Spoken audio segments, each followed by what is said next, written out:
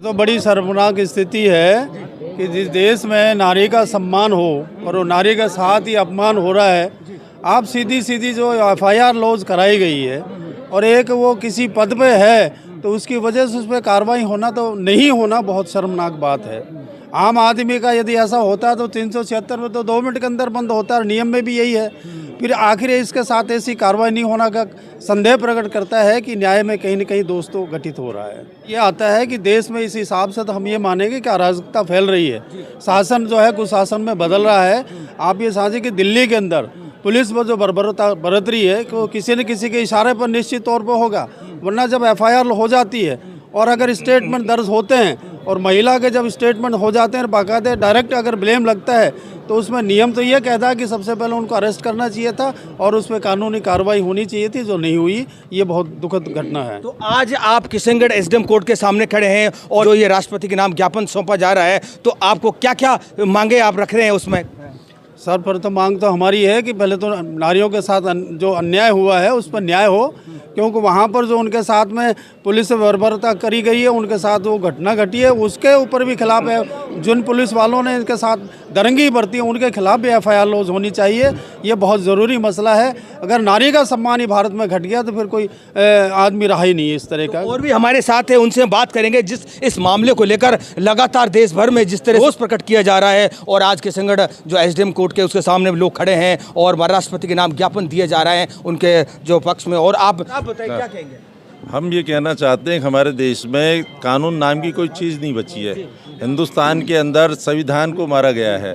हिंदुस्तान के अंदर न्याय की जो व्यवस्था है वो डगमगाई हुई है। सारी व्यवस्थाएं आज मोदी सरकार के अधीन हुई पड़ी हैं। मोदी जो चाहता है वो देश में हो रहा है। न्याय नहीं हो रहा है किसी के साथ, संविधान की कोई रक्षा नहीं हो रही है। और आप ये देखिए जो राष्ट्रीय अंतर्राष्ट्रीय स्तर की जो महिला पहलवान हैं उनके साथ इतनी बड़ी घटनाएं हो जाती है, उसके बावजूद भी केंद्र सरकार की जो है राजनीति वो चुपचाप उसको देखती रहती है और अपने आदमी को बचाने का काम करती है। इस तरह का अगर वातावरण रहा तो देश में क्या हालात पैदा होंगे ये तो आप सब जानते हैं।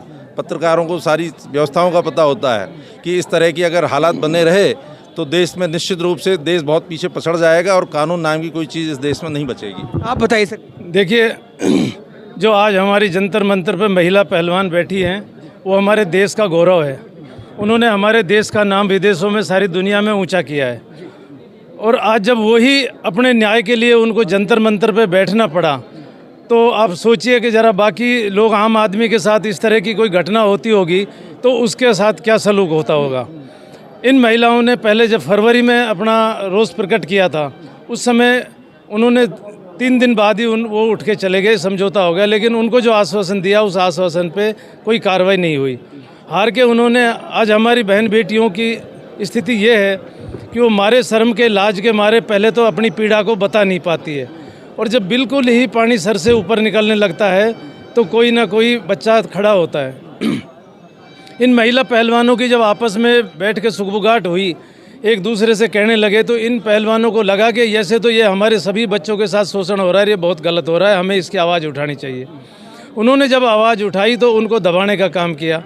जब वो वहाँ धरने पे आके बैठी जंतर मंतर पे 23 तारीख को, हम भी 26 तारीख को उनके समर्थन में जंतर मंतर गए थे, तो उसके बाद जब बरसात अभी हुई थी तो बरसात में पूरी रात वो भीगते रहे। वहाँ पानी भर गया, पानी की निकासी बंद कर दी। उनके साथ ये अत्याचार कर रहे हैं, इतना दबाव बना रहे हैं क्योंकि वो एक बहुत बड़ा बाहुबली है और फिर सरकार उसके स्तंभ पे टिकी हुई है, इसलिए सरकार उसको कुछ कह नहीं रही है। चाहे महिलाओं का अपमान हो चाहे कुछ भी हो, उनको अपना राज प्यारा लग रहा है। बल्कि होना ये चाहिए कि हमारे देश की नारियों के सम्मान के लिए, हमारी महिलाओं के सम्मान के लिए राज एक तरफ रख देना चाहिए, नारी सम्मान सबसे पहला होना चाहिए। तो आज जो आप एसडीएम कोर्ट के सामने आए हैं और अपना ज्ञापन लेके आए, क्या क्या मांगों को लेकर आप राष्ट्रपति के नाम ज्ञापन सौंपे जा रहे हैं? देखो, परसों रात को महिला पहलवानों ने सोशल मीडिया पे यह आह्वान किया था कि जो भाई हमारी पीड़ा को समझते हैं वो हमारे समर्थन में खड़े हों और अपने अपने क्षेत्र में, अपने अपने इलाके में अपने अपने अधिकारियों को, यहाँ अगर नहीं आ सकते तो अपने अपने इलाके के अधिकारियों को राष्ट्रपति के नाम ज्ञापन सौंपा जाए। तो उनकी जो मंशा थी उस मंशा के हिसाब से हमको भी लगा ये ठीक है, हम अपना मैसेज यहीं से राष्ट्रपति जी को पहुँचा देते हैं। तो उन पहलवानों को न्याय मिलना चाहिए और ब्रजभूषण गिरफ्तार होना चाहिए। इस मांग को लेके हम राष्ट्रपति के नाम ज्ञापन देने आए। आप बताइए, आप क्या कहेंगे? मेरा कहना यह है कि जिस देश का मस्तक और गौरव हमारी महिला पहलवानों ने संसार में किया है, उस गौरव को आज हमारी केंद्र सरकार उपेक्षापूर्ण नीति से, लापरवाही से उस बाहुबली ब्रजभूषण शरण सिंह को संरक्षण दे रखा है। ये महिलाओं के लिए सशक्तिकरण और बेटी बचाओ और बेटी पढ़ाओ का नारा केंद्र ने खोखला कर दिया है। जो महिलाएं अपनी पीड़ा लेकर के रोड पे आ गई, वो केवल उनकी पीड़ा नहीं है, हमारे पूरे देश की महिलाओं की और हमारे सर्व समाज की पीड़ा है।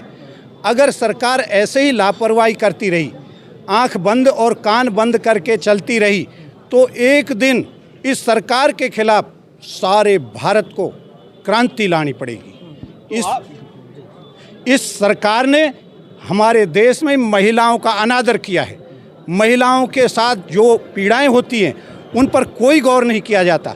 आज तक जो है ब्रजभूषण शरण सिंह बाहुबली खुला घूम रहा है, जिसके खिलाफ न कोई कार्रवाई की गई है, न संज्ञान लिया गया है, जबकि पोक्सो एक्ट में तुरंत रिपोर्ट दर्ज करते ही अपराधी को गिरफ्तार किया जाता है। ये कानून का भी उल्लंघन कर रहे हैं, संविधान का भी उल्लंघन कर रहे हैं। और इन महिलाओं के साथ जो है इतनी दुखद पीड़ा है कि हमको भी रोना आता है। हमारी बहन बेटियां, और वो हमारी बहन बेटियां हैं, इनके साथ ऐसा होगा, किसको जो है संवेदना नहीं होगी। मेरा कहना है कि इस अपराधी को तुरंत गिरफ्तार किया जाए, वरना सर्व समाज आंदोलन करेगा। तो आप देख रहे हैं कि जिस तरह से जो जंतर मंतर पे पहलवान बैठे हैं, महिला पहलवान बैठे हैं, उनको न्याय दिलाने के लिए किशनगढ़ एसडीएम कोर्ट के सामने बहुत सारे लोग आए हैं और ज्ञापन लेके आए हैं कि उनकी जो न्याय जल्द से जल्द मिले, और राष्ट्रपति के नाम ज्ञापन सौंपा जा रहा है। आप देख रहे हैं कितने लोग खड़े हैं और हमारे साथ अलवी जी है, उनसे हम बात करेंगे। धरने पर बैठी हैं महिलाएं, उनका क्या कहना है कि क्या कितना दुर्भाग्यपूर्ण है कि जिन महिलाओं ने हमारे देश का मस्तक पूरे संसार भर में ऊंचा किया, वो हमारे देश की सेलिब्रिटी हैं। उनके साथ पहला तो उनको रिपोर्ट करने के लिए सुप्रीम कोर्ट तक का सहारा लेना पड़ा। सुप्रीम कोर्ट ने जब एफआईआर दर्ज करने के जब लिखा, तो आज तक उनके 164 के बयान नहीं हुए। पॉक्सो एक्ट का नियम है कि सबसे पहले तो 164 के उन बच्चों के बयान दर्ज होने चाहिए। बयान दर्ज होने के तुरंत बाद गिरफ्तारी हो जाती है। और जो वो किसी भी पद पे है, नियम यह है जब तक न्याय नहीं मिल सकता, जो आदमी ताकतवर है वो उसको पहले पद से हटाया जाए, सलाखों के अंदर डाला जाए। तभी इस तरह के दरिंदे हमारे समाज में अगर खुले घूमेंगे तो हमारी आपकी किसी की बहन बेटियाँ सुरक्षित नहीं होंगी। इसलिए इस देश को, आम आदमी को, हर व्यक्ति को जागना पड़ेगा। अगर हम हमारी बहन बेटियों की गरिमा आज नहीं समझे तो ये किसी के साथ भी हो सकता है। उनके सम्मान के लिए, देश की सेलिब्रिटीज़ के लिए आपको, हमको एक उठकर खड़ा करके एक नई क्रांति इस मोदी सरकार के खिलाफ लेनी पड़ेगी। निसंदेह सरकार उस बदमाश व्यक्ति को, महाबली को प्रश्रय दे रही है, उसको अपना पूरा संरक्षण दे रखा है। और इससे मोदी सरकार, जो बाबा साहब अम्बेडकर साहब का जो संविधान है, उसकी हर काम में धज्जियां उड़ रही हैं। ये बड़ा शर्मनाक है हमारे लोकतंत्र के लिए। थैंक यू बात करने के लिए। आप देख रहे हैं कि जिस तरह से जंतर मंतर पे जो पहलवान हमारे बैठे हैं, उनके जो पक्ष में लोग हर तहसील स्तर पर एसडीएम और राष्ट्रपति के नाम ज्ञापन सौंपा जा रहा है। अब इस कितना असर होगा, कब उनको जो पहलवान बैठे हैं, जंतर मंतर पर बैठे हैं, उनको कब न्याय मिलेगा, ये आने वाला वक्त बताएगा। इस खबर पर हम बने देखते रहिए 24 टीवी नेटवर्क राजस्थान।